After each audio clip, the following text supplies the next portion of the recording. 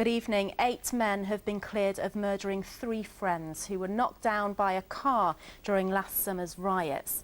Areen Jahan and brothers Shazad Ali and Abdul Musavir were protecting local businesses in the Winson Green area of Birmingham when they died.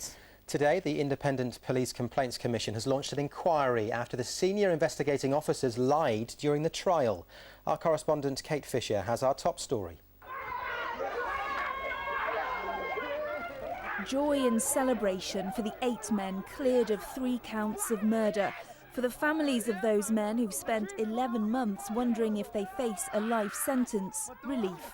Every time I see him, I just got to keep telling him to be strong, to keep strong, you know, because justice will prevail. At the beginning of the trial, the prosecution compared 3 cars that were driven at the men as they stood outside a petrol station in Winson Green to a modern-day chariot charge. Although only one of the cars hit the men, those in the other 2 were also charged with murder. In the late stages of the trial, it came to light that several prosecution witnesses had been offered immunity from prosecution for unrelated offences in return for their testimony. The defence argued that they hadn't had the chance to cross-examine those witnesses with that knowledge. The senior investigating officer in the case, DCI Anthony Tagg, was called to give evidence to the judge, who later read a statement to the jury telling them that DCI Tagg had lied on oath and to disregard any testimony from the witnesses involved unless their evidence was corroborated by other evidence. What would happen if it didn't come out? The jury would have got led up the wrong path, and it could be all of the defendant could have gone to jail for life because of what the police done. Today, the Independent Police Complaints Commission launched an investigation into the matter. West Midlands Police said that DCI Tagg had not been suspended, but they acknowledged the judge had found that he lied under oath. That was a finding that the judge made, but as I've said, had that matter been so serious as to require the halting of the trial, that's what he would have done. He did not. Well, the atmosphere inside packed courtroom number 12 was highly charged. As those not guilty verdicts were read out, some of the defendants began to sob and hug each other. There were cries from their families in the public gallery saying, "You're home," and one shouting, "Thank you, jury." Well, then the judge said some words and he called for calm on the streets of Birmingham, urging people to respect the jury's verdicts. Any other action, he said, would not be honouring those who died. He went on to say what happened on the streets of Birmingham last August should never be repeated. People were there in the road and, you know, the cars were coming through and they came under attack, basically. And they tried to get away from all these missiles that was coming at them. And as they say, at the same time, he only had like 1.5 seconds and he couldn't have stopped. And it's just tragic, wasn't it? Leaving court this afternoon, Tariq Jahan, the father of one of the victims, called for calm on the streets of Winson Green. This was echoed by West Midlands Police Authority. Kate Fisher for Central Tonight. Well, the deaths of the 3 friends shocked the whole country, but what happened immediately afterwards was totally unexpected and brought a divided community back from the brink. Andy Bevan has been examining the events leading up to that night. What happened in the minutes before the men died and whether or not that collective coming together remained intact. August 2011. Vandalism and looting in towns and cities across the country, including here in Birmingham. But to the west of the city centre in Winson Green, a suburb that was itself subject to rioting, the violence was to turn deadly. On the surface, Winson Green is a blueprint for a multicultural society. Whites, Afro-Caribbeans and Asians live and work side by side.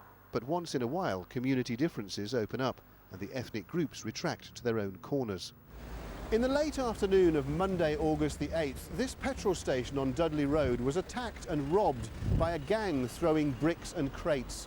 The Asian owner told police that the gang of about 12 to 15 young men was black. The night following the attack on the petrol station, a group of about 80 mostly Asian men gathered there. Some carried sticks, others swords. Many, though, were unarmed. but all intent on protecting their homes and businesses from further attack. Among them 3 friends, 21-year-old Haroon Jahan and brothers Shahzad Ali, aged 30, and Abdul Musavir, who was 31. There were many people out in Winson Green that night. Some were driving around just to see what was happening, phoning and texting friends to come and join them as they cruised the streets around Dudley Road. In a black Mazda 6, Ian Beckford was at the wheel. His friend Everton Graham and another unnamed passenger were with him. Driving a black Ford Fiesta was Joshua Donald, and with him his friend Aaron Parkins. Thirdly, a black Audi A3 belonging to Adam King. His passengers Ryan Goodwin, Sean Flynn, Pablo Ruiz Gaviria, and a 4th man whose identity they wouldn't reveal, called simply Mr. C. Just after 1:15 a.m, the 3 cars appeared in convoy on Dudley Road. The Audi drove towards the crowd gathered at the petrol station, bringing people out onto the pavement. Seconds later, the Fiesta stopped in the middle of Dudley Road and the Mazda pulled alongside. The Fiesta moved off and skirted the edge of the crowd, but the Mazda swerved left and into the crowd, hitting the 3 friends head on. I heard the impact and I ran around the corner and I saw the chaps, and I moved from one to the next and finally saw my son. I remember turning him over and I asked God, I said, please don't take my son. Despite seeing his son dying in his arms, Tariq Jahan made a plea for calm in the community. His actions were seen by millions on TV news bulletins and were credited with halting the riots across the country. The morning after, at an Afro-Caribbean radio station just yards from where the men were knocked down, listeners called in to express their sorrow and fear for the future of their community. A lot of them were showing concern about the way that the community was being disrupted. They were unclear as regards to the actual event itself. As the days went on, people got to realize that it was not a race issue.